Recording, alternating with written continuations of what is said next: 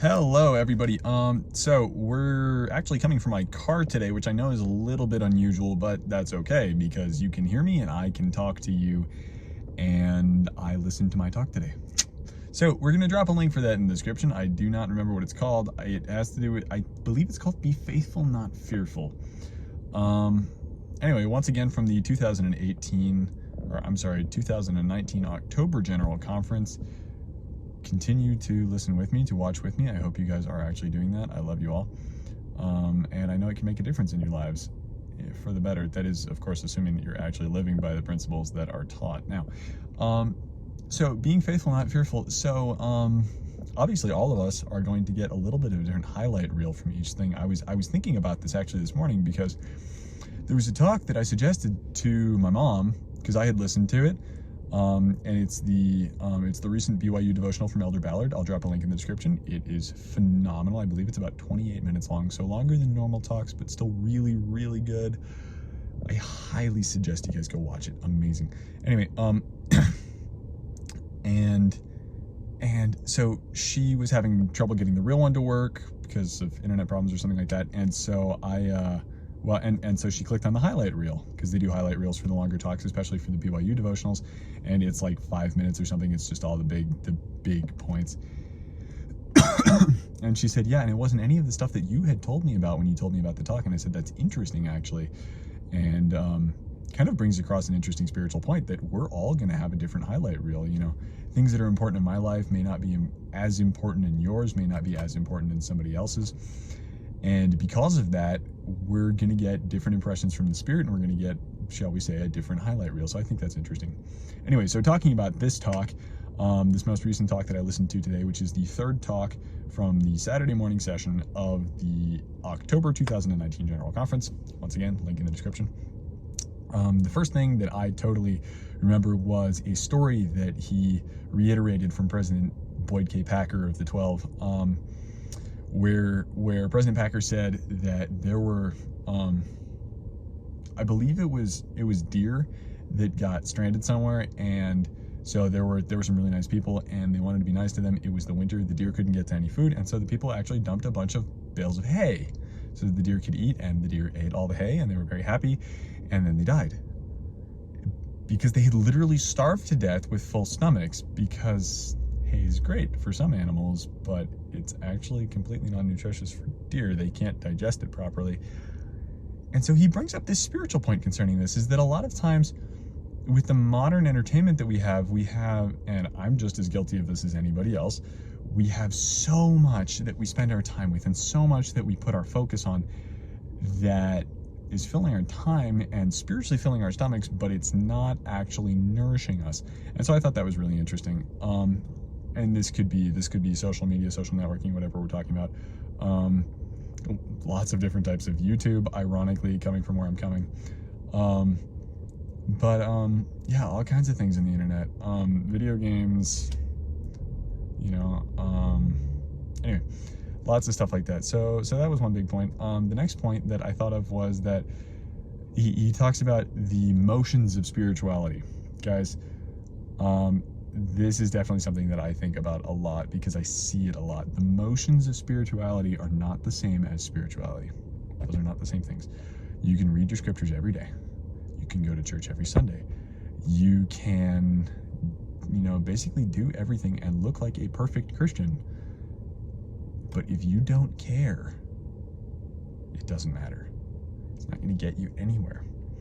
Because it's great if you read, and Jesus wept. Cool, great. But if you don't understand that verse, or you don't have any intention to understand that verse, it's not going to make any difference in your life. You can read all about the atonement. You can read about Christ being slain. You can read about, the story of Jonah. You can read about Adam and Eve. You can read about anything. You can listen to all the conference talks you could ever possibly think of and read all the Christian books you could ever possibly think of. But if to you it's just words, it will make no difference in your life. If we're not taking this to heart, guys, it's not going to change us. And we're not going to allow the atonement to change us. And we're not going to allow ourselves to be changed through the atonement.